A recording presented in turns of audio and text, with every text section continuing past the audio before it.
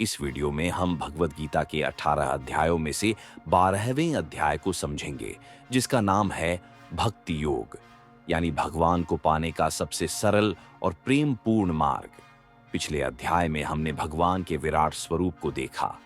अब अर्जुन ने भगवान कृष्ण से पूछा, हे माधव, भगवान की पूजा किस रूप में करना बेहतर है, सगुण रूप के साथ या निर्गुण रूप के बिना?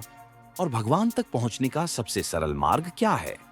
कृष्ण मुस्कुराए और बोले, अर्जुन, जो व्यक्ति न अत्यधिक खुश होता है, न किसी से घृणा करता है, न शोक करता है, न इच्छाओं में फंसता है, ऐसा शांत और प्रेम से भरा भक्त मुझे सबसे प्रिय है। भक्ति का अर्थ है सच्चा प्रेम और समर्पण। फिर कृष्ण ने कहा, यो न हृष्यति न द्वेष्टि न शोचति न कांक्षति, शुभाशुभ परित्यागी भक्तिमान यः सम्मे प्रियः। इसका अर्थ है, जो व्यक्ति न खुशी में उछलता है, न घृणा करता है, न शोक करता है, न इच्छाओं में उलझता है, जो शुभ और अशुभ दोनों से ऊपर उठ चुका है, ऐसा सच्चा भक्त मुझे सबसे प्रिय होता है।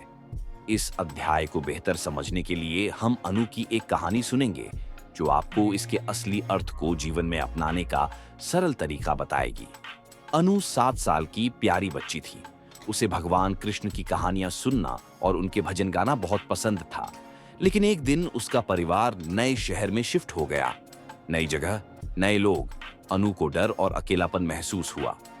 एक रात वह खिड़की से चांद को देख रही थी। उसने धीमे से कहा, कृष्णा, क्या आप मुझे सुन रहे हैं? मैं यहां अकेली हूं। नींद में उसने सपना देखा, भगवान कृष्ण बांसुरी बजाते हुए मुस्कुरा रहे हैं। उन्होंने कहा, अनु, मैं हमेशा तुम्हारे साथ हूं, तुम्हारे गीतों में, तुम्हारी मुस्कान में, तुम्हारी दयालुता में मैं ही हूं। सुबह उठते ही अनु का डर गायब हो गया। वह हर काम में कृष्ण को अपना दोस्त मानने लगी। कभी उनसे बातें करती, कभी अपने रहस्य बताती, कभी सिर्फ मुस्कुरा कर कहती, धन्यवाद। धीरे धीरे अनु समझ गई, भक्ति का असली अर्थ है भगवान को अपना सबसे अच्छा मित्र मानना, उनके लिए प्रेम और कृतज्ञता महसूस करना। अर्जुन की तरह अनु ने भी जाना, भक्ति कोई जटिल साधना नहीं, बल्कि प्रेम और विश्वास का सरल मार्ग है।